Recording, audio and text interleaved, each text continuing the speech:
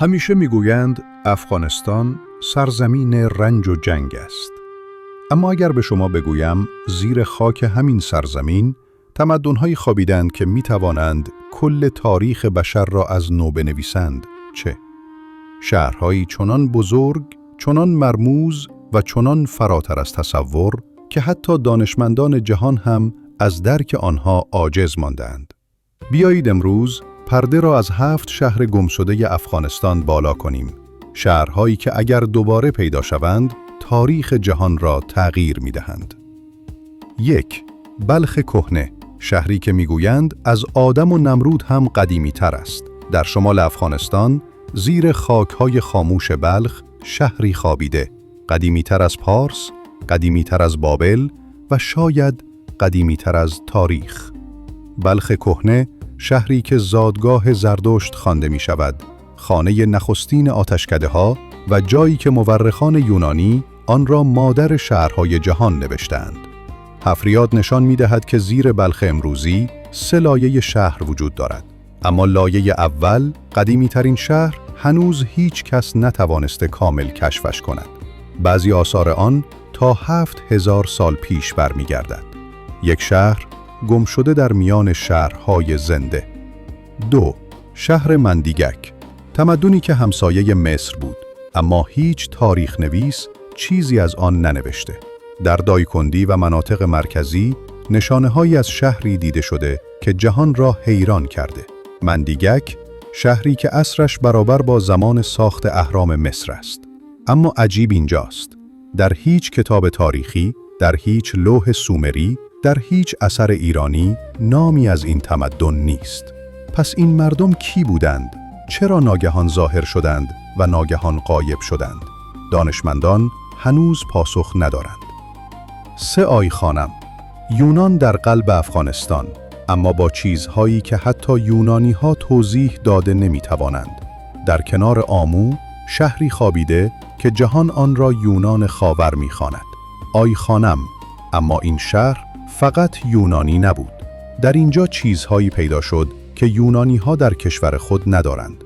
ستونهایی با سبک یونانی اما هنر شرقی، کتابخانه‌ای که شبیه هیچ کتابخانه‌ای نیست و یک معبد اسرارآمیز که هیچ دانشمند نمی‌داند مربوط به کدام دین بوده. آی خانم هنوز پاسخهایی دارد که هیچ کس نتوانسته بخواند. 4. شهر آرشک یا آرچوزیا، پایتختی که در نقشه‌های باستان است اما در خاک پیدا نمی‌شود. در نقشه‌های یونان و نوشته‌های رومی از شهری نام برده شده به اسم ارچوزیا، پایتختی بزرگ در جنوب افغانستان. اما مشکل اینجاست، این شهر باید بسیار عظیم باشد، ولی تا امروز هیچ کس دقیق نمی‌داند کجاست. آیا زیر قندهار است؟ آیا زیر ریگستان؟ یا شاید هنوز زیر خاک‌های بکر هلمند پنهان است. یک پایتخت گم شده که اگر پیدا شود، تاریخ هخامنشیان و اسکندر دوباره نوشته می شود. 5. تا آمو دریا و شهرهای غرق شده زیر آن. هر سال آمو مسیرش را تغییر می دهد و با خود شهرها را می برد. در سالهای اخیر بقایای یک شهر کامل از زیر آمو پیدا شد. خانه‌ها، دیوارها، ابزارها، انگار زمان آن را یکباره بلعیده. باور بر این است که چندین شهر باستانی در طول هزاران سال زیر آمو غرق شدند.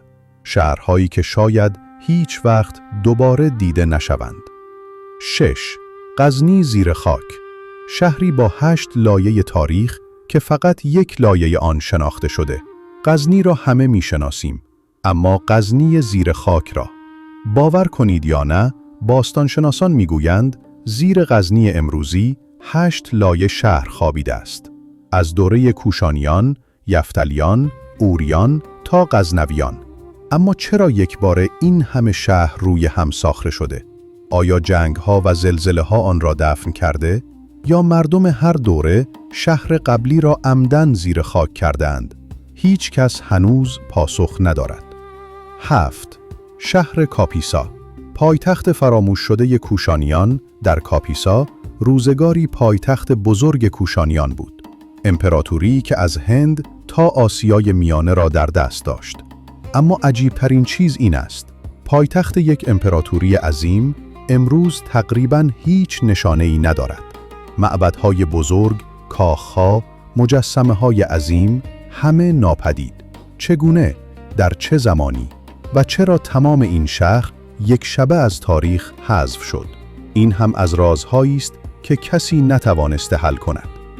جمع‌بندی افغانستان فقط سرزمین کوه و جنگ نیست.